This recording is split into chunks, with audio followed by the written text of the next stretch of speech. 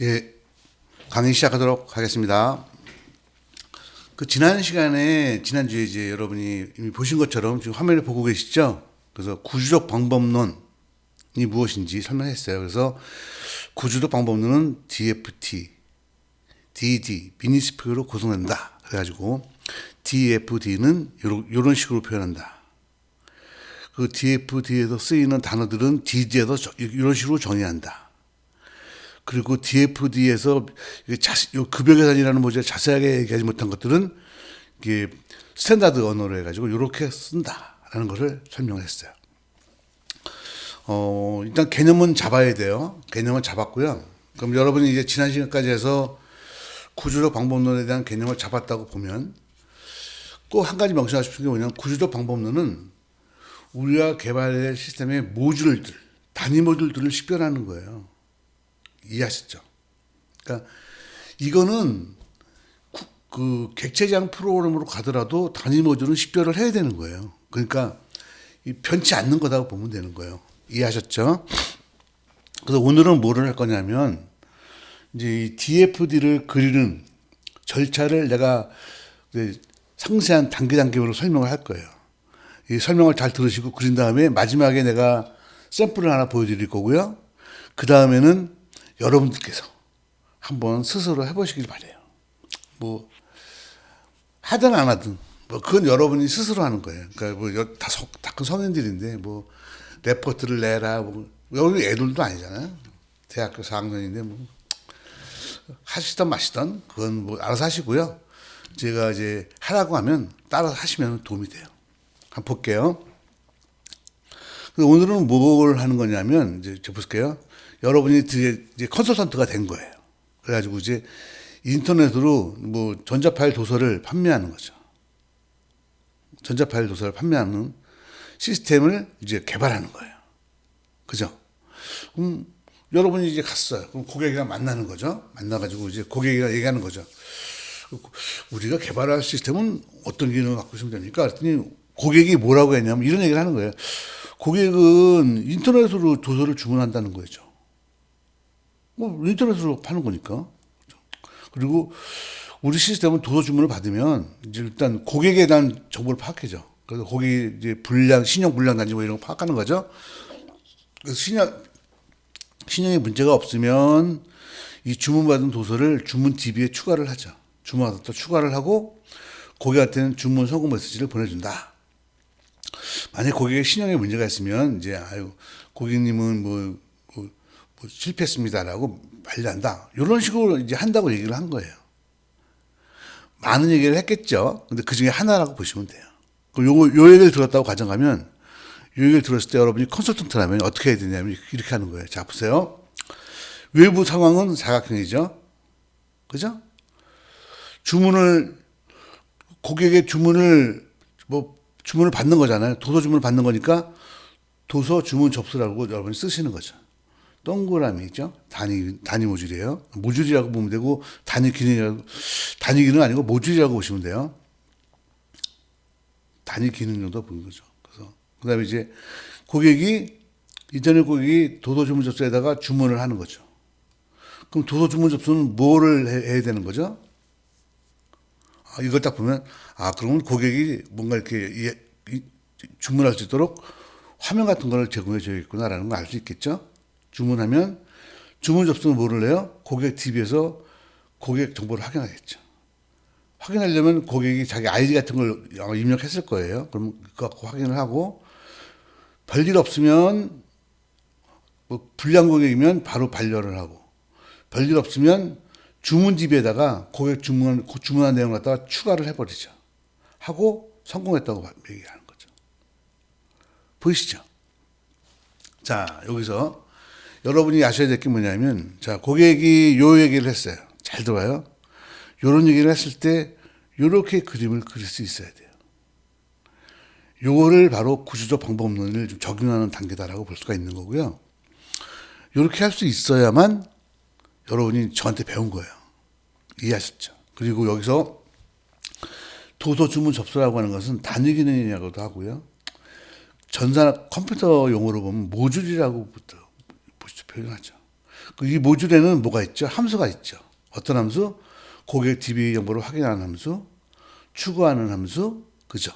그다음에 이거 화면 성공 반려를 주는 함수가 세 개가 들어가 있는 거죠. 또 무슨 기능도 있죠? 얘는 인터넷 고객이 주문할 수 있도록 화면을 제공하는 함수, 그죠? 그리고 화면에는 뭐가 있어야 돼요? 반드시 고객의 아이디나 뭐 그런 게 있어야 되겠죠. 그래야 그거 갖고 고객 정보를 확인하니까. 그리고 고객이 주문할 때 뭐가 있어야 돼요? 주문 DB에 뭘 넣어야 되니까 뭐 도서 책에 대한 제목, 뭐 출판사, 출판 연도 뭐 이런 거 있죠. 그런 정보들이 있어야 되겠죠. 그런 정보를 가지는 화면을 여기 제공해 주고요. 이해하셨죠? 그 다음에 그걸 주문을 하면 정보 확인하는 거죠. 이때 여기다가 여기 제공해 주는 게 입출력하는 단어가 데이터가 뭐가 있죠? 고객 아이디, 북 아이디, 주문하니까 북 아이디, 북 넘버, 그죠? ISBN 또 있죠. 그다음에 뭐 출판일 뭐 이런 것도 있죠. 이런 것들은 어떻게 돼요? 자 보세요. 고객이 주문할 때 이런 것들은 한 번에 다 넣죠. 이거를 뭐라 그러죠? 연관성 있는 데이터라고 하죠. 이 연관성 있는 데이터를 우리가 따로따로 처리하면 복잡하죠. 그러니까 이걸 묶어서 처리해야 되잖아요. 그 묶어서 처리하는 방법이 뭐가 있죠? 구조체 또는 클래스. 이해하셨나요?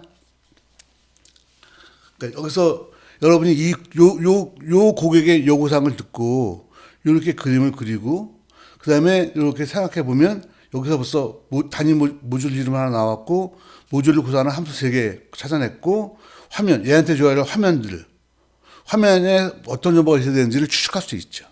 그럼 그 화면에 있는 추측한 정보 갖고 우리가 나중에 여기서 입력 출력할 때 쓰죠. 그 정보를 갖고 또 이쪽도 확인하고 이쪽도 쓰잖아요. 그때 그 정보를 뭐라 그래요? 연관성 있는 정보. 그런 정보를 갖다가 묶어서 처리하는 걸 뭐라 그래요? 구조체 또는 클래스. 이해하셨죠? 그래 보시면 돼요. 자, 그 다음에 이제 A는 아까 했죠. 이제 B 또 계속 물어본 거죠. 그러니까 고객이 또 그러는 거죠. 도서 주문 처리는 도서 주문을 받았으니까 처리를 해야 될 거 아니야. 그럼 어떻게 하냐면 주문 DB를 확인을 해서 도서 주문이 있으면 도서 재고를 확인한다는 거죠. 그래서 있으면 도서 재고에서 도서를 반출해서 고객한테 전송을 하죠. 뭐 인터넷 뭐 전자 파일이니까 전송을 하고 뭐 전송 후에는 그 고객한테 도서를 전송해 준 후에는 청구 DB에다가 도서 판매 정보를 추가하는 거죠. 내가 팔았다고 추가해 주는 거죠. 뭐 이렇게 한다고 뭐 여러 가지 가능성이 있지만 이렇게 또 가정하면 그럼 뭐예요? 자 볼까요? 도서 주문 처리라는 게 하나 또 있네. 그럼 어떻게 돼요? 도서 주문 처리.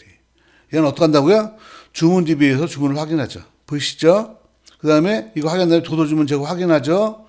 있으면 보내주고 그 다음에 창고 DB에 넣죠. 없으면 재고 없으면 이제 도서 재고를 뭐 요청하는데 그런 과정은 또 하겠죠. 그건 아직 여기 요구사항이 없으니까 포함시키지 않은 거예요. 자, 요구사항에 대해서만 그랬죠. 그럼 여기서 벌써 뭘 하나 할 수 있죠? 도서 주문 처리라는 게 또 있네. 이것도 하나의 모듈이에요. 도서 주문 처리는 도서 전송하는 기능, 청구 DB 추가하는 함수, 전송하는 함수, 재고 파악하는 함수, 주문 DB 확인하는 함수 4개로 구성되네. 그죠? 그 4개가 순서대로 하나, 둘, 셋, 넷 순서대로 처리되네. 이 순서대로 처리되는 건 프로세스 모듈이죠. 그리고 이해하셨죠? 그래서 이렇게 되는 거죠. 그 여기서 도서 주문 처리를 하려고 하면 여기 주문 집에도 갖고 와야 되죠. 그죠? 그럼 뭐 갖고 올 때 뭐를 갖고 오면 돼요? 뭐 고객 정보도 갖고 오고 뭐 책 이름 같은 거 갖고 오겠죠. 갖고 와서 확인을 하고 그 다음에 전송하고 추가를 할 때는 뭐가 있어야 돼요? 고객 누구한테 줬다는 걸 해야 되니까 어떻게 되겠어요? 주문 DB에 뭐가 있어야 되겠어요? 고객 정보가 있어야겠죠. 그래야지 갖고 와서 처리하고 그 정보를 갖다 여기다 넣는 거죠. 이해하셨죠? 그러면 주문 DB에는 고객 정보가 들어가겠네라는 걸 또 짐작할 수 있죠? 이해가 되시죠? 이거 온라인으로 강의하기에는 좀 적합하지 않은데 뭐 상황이 그러하니까 여러분들이 지금 제가 말씀드리는 거를 정확히 이해하셔야 돼요. 그래서 지금 어떻게 어디까지 됐냐면 앞에 요 A라는 요구사항에 따라서 요 빨갛게 된 거를 그렸고요. B라는 요구사항에 따라서 또 요걸 요렇게 그렸죠. 요렇게 그린 거 보이시죠? 그래서 벌써 두 개의 모듈을 찾아냈네요. 그죠? 이런 식으로 계속 반복하는 거예요. 하나만 더 해볼까요? 하나 더 했어요. 또 물어봤더니 도도 대금 청구라는 것도 있대요. 아, 그럼 당연히 대금 청구야. 이러면 어떻게 돼요? 대금 청구는 청구 DB를 확인해서 뭐 한 게 있으면 청구할 정보가 있으면 고객한테 대금을 청구하면 되는 거죠. 그죠? 자, 봐봐요. 그러면 벌써 도도 대금 청구라는 모듈도 하나 식별했네요. 얘는 무슨 함수로 구성돼요? 청구 DB를 확인하는 함수. 그 다음에 도도 대금을 청구하는 함수로 구성되죠. 그럼 볼까요? 이렇게 이해가 됐죠? 그 두 개 함수로 구성되는 단위 모듈이죠. 그럼 도도대금 청구는 가만히 생각해 봐요. 자, 청구 DB에서 했는데 내가 이거를 도도대금을 청구한 고객인지 아닌지를 어떻게 알 수 있어요? 어떻게 알 수 있죠? 잘 봐요. 내가 읽어왔어요. 그래서 도도대금을 청구하죠. 그럼 어떻게 청구가 다 됐으면 얘가 어떻게 해요? 도도대금 청구 DB에다가 청구를 했다라고 필드 하나를 잡아가지고 거기다 마크를 해놓죠. 청구 며칠 날 청구했음 하고. 그렇게 해놔야 다음에 얘가 또 읽을 때 한번 청구했던 것들은 어떻게 확인할 수 있어요? 도도대금 청구 일자에 날짜가 있는 것들은 빼고 그 없는 것들만 읽어오면 되는 거죠. 이해하셨죠? 그렇게 해서 여기서 뭘 할 수 있느냐면 보세요. 청구 DB에 우리가 청구 일자라는 건 원래 요구사항이 없었잖아요. 그렇죠? 없었던 것인데 우리가 곰곰이 생각하다 보니까 그런 요구사항이 있어가지고 청구 DB에 필드 하나가 추가되죠. 이해가 되시죠? 주문 DB에는 주문 정보만 넣으면 될 것 같은데 여기에 고객 정보도 다 들어가야 돼요. 왜? 주문 DB에서 읽어가지고 청구를 할 때 누가 청구인지를 해야 되니까 주문 DB에는 뭐가 있어야 돼요? 고객 DB가 있어야 돼요. 이해가 되시죠? 만약에 되게 중요한 거예요. 여러분이 고객 DB는 여기 있잖아. 그럼 주문 DB에다 고객 정보를 갖지 말고 고객 아이디만 갖게 하고 만약에 얘가 이제 청구 DB에다가 고객 정보를 넣어야 된다고 치면 그러지 말고 여기다가 내가 고객 아이디만 넣는 거지. 그럼 어떻게 돼요? 얘가 청구할 때는 그 아이디만 갖고 와서는 어떻게 하면 돼요? 고객 DB에서 확인할 수 있죠. 지금 제 말 이해가 되시나요? 보세요. 아까 말할 때 보면 도도 주문 처리를 하는데 그럼 주문 DB에서 읽어와서 다 끝나고 나면 청구 DB에다가 청구를 해야 되잖아. 그러면 누구한테 청구했는지를 알아야만 얘가 이렇게 읽어와서 청구할 거 아니야. 그쵸? 그러면 이거를 하려면 여기에 고객에 대한 정보가 있어야 되겠네? 여기에 있으려면 내가 읽어올 때가 여기밖에 없으니까 여기서 읽어와야 되겠네? 그럼 여기에다가 고객에 대한 이름, 번호, 전화번호 이런 걸 다 넣어야 되나? 넣고 읽어와서 처리하고 넣으면 되죠.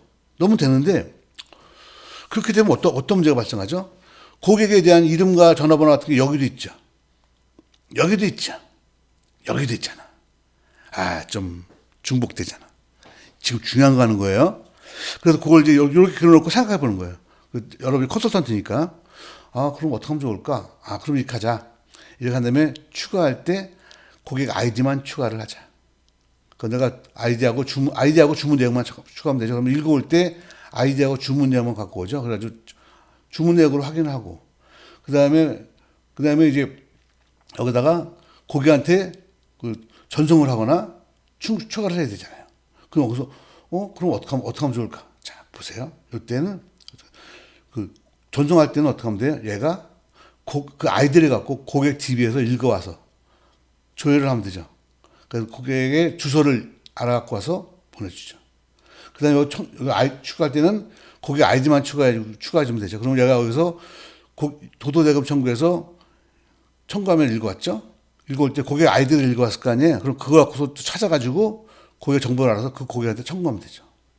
그렇게 되면 어떻게 돼요? 주문 DB와 청구 DB는 고객에 대한 정보를 아이디만 가지면 되죠. 그렇죠? 그 여기는 고객에 대한 정보는 여기 한 군데서만 유지하면 되잖아요. 그렇게 만들어도 돼요.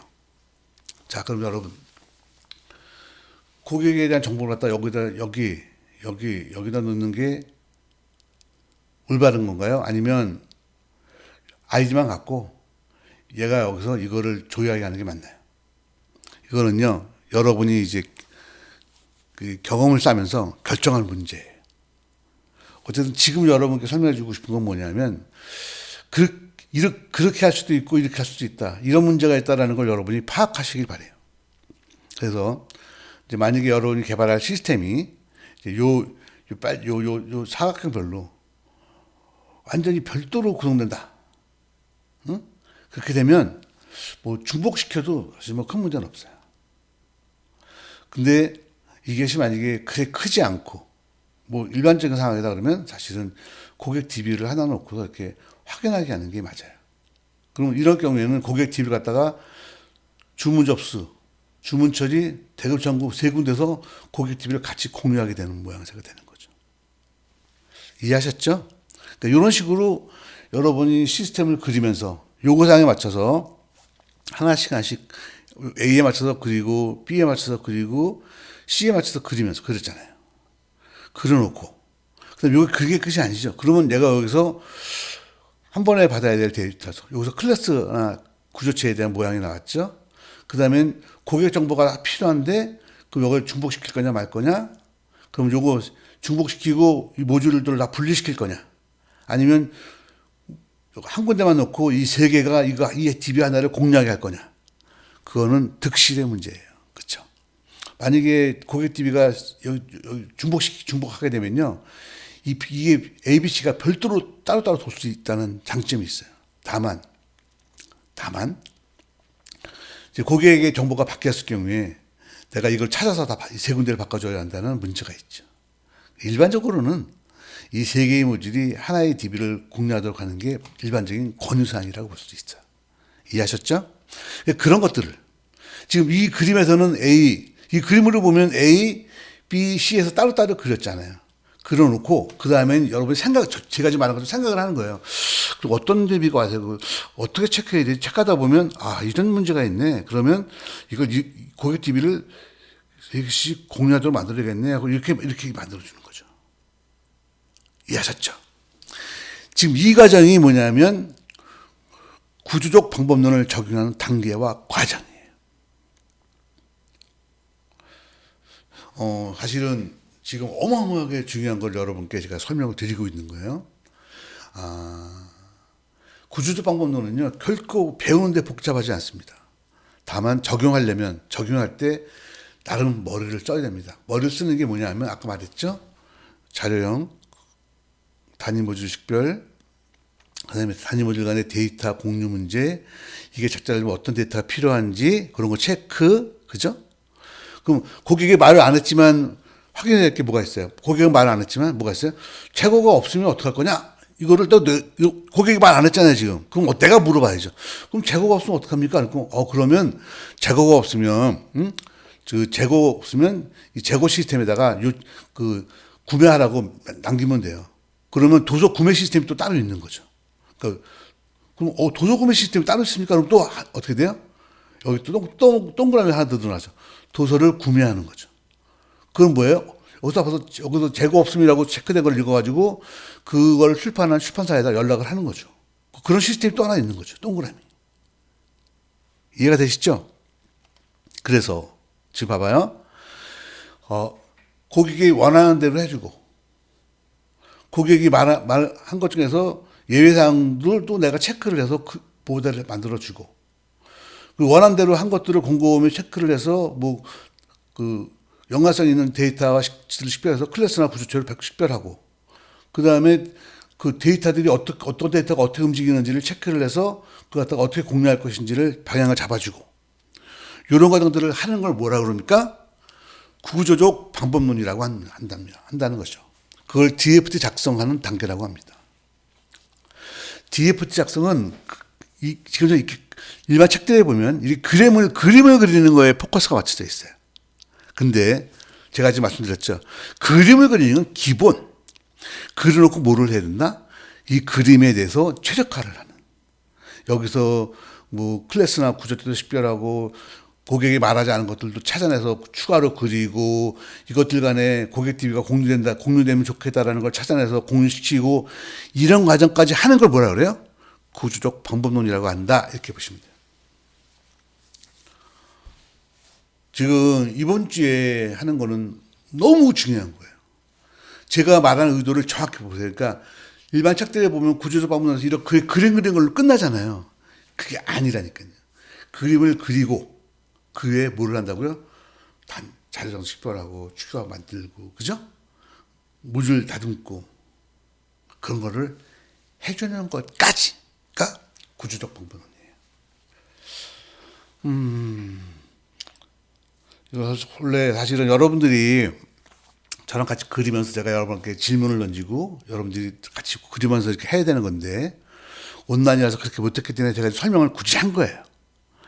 여러분 제 말이 이해가 잘 되셨죠? 그렇게 되시면 요거를 좀 이번 주에 요거 복습하시고요. 요거 A, B, C 3개 그린 거를 잘 보세요. 그래서 네 가지 말한 것까지 체크를 하시고요. 여기서 제가 지금 말한 거 외에 더 추가적인 거 한번 볼까요? 여러분이 한번 그려보세요. 그러면 재고 관리 시스템이 없어요. 전자 파일이니까. 근데 전자 파일이 재고가 없어. 이상하게. 그럼 어떻게 해야 되는지. 그런 것도 한번 여러분이 여기 추가를 해보세요. D 가지고 추가. 그죠? 그 다음에 또 뭐를 추가할 수 있어요? 예를 들어 볼까요? 여기서 보면 여기서 그 도서 주문 접수했잖아요. 그죠? 주문 처리, 대금 청구 했잖아요. 그 여기서 보면 그 재고가 없는 경우는 어떻게 찾아내는지 그거 하나를 추가를 해보세요. 뭐 여러분이 딴 거 더 할 수 있으면 해보셔도 좋아요. 그리고 그러면 요게 만약에 고객 DB를 만약에 공유하기로 했다면 화살표가 어떻게 바뀌는지를 거기에 맞춰서 다시 한번 그림을 다시 그려보세요. 지금 두 가지 그렸어요. 그러니까 모듈이 바뀐 것. 그러니까 지금 보면 요거는 공유하는 걸로 방향을 정했잖아요. 그럼 공유하는 걸로 해서 요 ABC 요 그림을 다시 그려보시고요. 재고가 없으면 출판사에 요청을 해야 되잖아요. 그거를 다시 한번 모듈을 하나 그려보시는 거. 한번 해보시기 바래요. 지금 이해가 되시죠? 그리고 여기서 여러분이 이거를 통해서 연관성 있는 데이터라고 식별할 수 있는 클래스나 구조처럼 식별할 수 있는 게 뭐가 있느냐?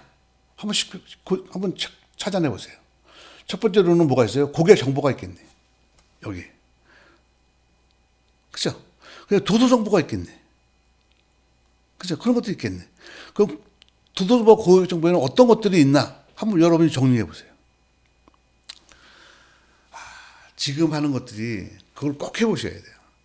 그래서 그걸 하게 되면 새로운 모듈 식별하는 거, 그다음에 기존에 있는 그림을 그려놓고서 그걸 수정하는 거, 그다음에 이 그림을 보고 클래스나 구조체를 식별하는 거, 세 가지를 여러분이 다 한 번씩 해보시는 거죠. 여러분은 지금 실론을 배우는 게 아니고 원리를 배우는 중입니다. 그래서 너무 복잡하게 하시면 안 됩니다. 원리를 정확히 하시면 나머지는 따라옵니다. 그걸 해보시고요. 만약에 그걸 다 해보셨다고 치면, 짠! 여기 보면 이제 요령은 내가 다 써놨으니까, 여기 보면 병원 시스템 DFT를 만들어 보세요. 이 뒷장에 답이 있어요. 보시지 마세요. 뒷장에 있는 건 제가 그린 거예요. 여러분들도 여러분 스스로 한번 그려보시고요. 여러분이 그린 걸 갖고 내가 그린 거랑 비교를 해보세요. 뭐가 달라졌는지. 제가 한 게 답이라고 볼 수는 없어요. 그죠? 그래서 보시게 되면 여러분이 병원 시스템 개발에 들어갔어. 고객 중에서 간호 원장을 만난 거지. 간호 원장을. 뭐 간호 만날 수도 있죠. 또 그래야 되는데 이제 간호 원장을 만났다고 치고 이제 얘기를 좀 이런 얘기를 들은 거죠. 이런 얘기를 들었으면 이걸 갖고서는 어떻게 DFT를 그리는지를 한번 그려보세요. 당연히 못 그리실 것 같아요.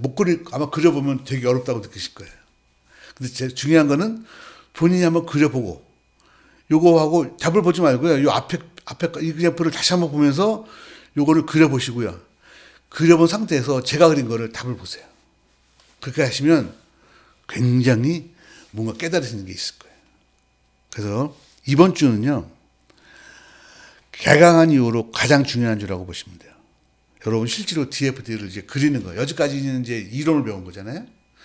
실제로 그리는 거예요. 이거를 그릴 줄 알아야 다음 주에 이제 모듈 그리기, 전체 그리기, DFD 그리는 더 어려운 코스가 또 있어요. 그걸 할 수 있어요. 그러니까 여러분, 제가 말씀드렸죠? 이거 한번 그려보시라고요. 답을 보시지 말고.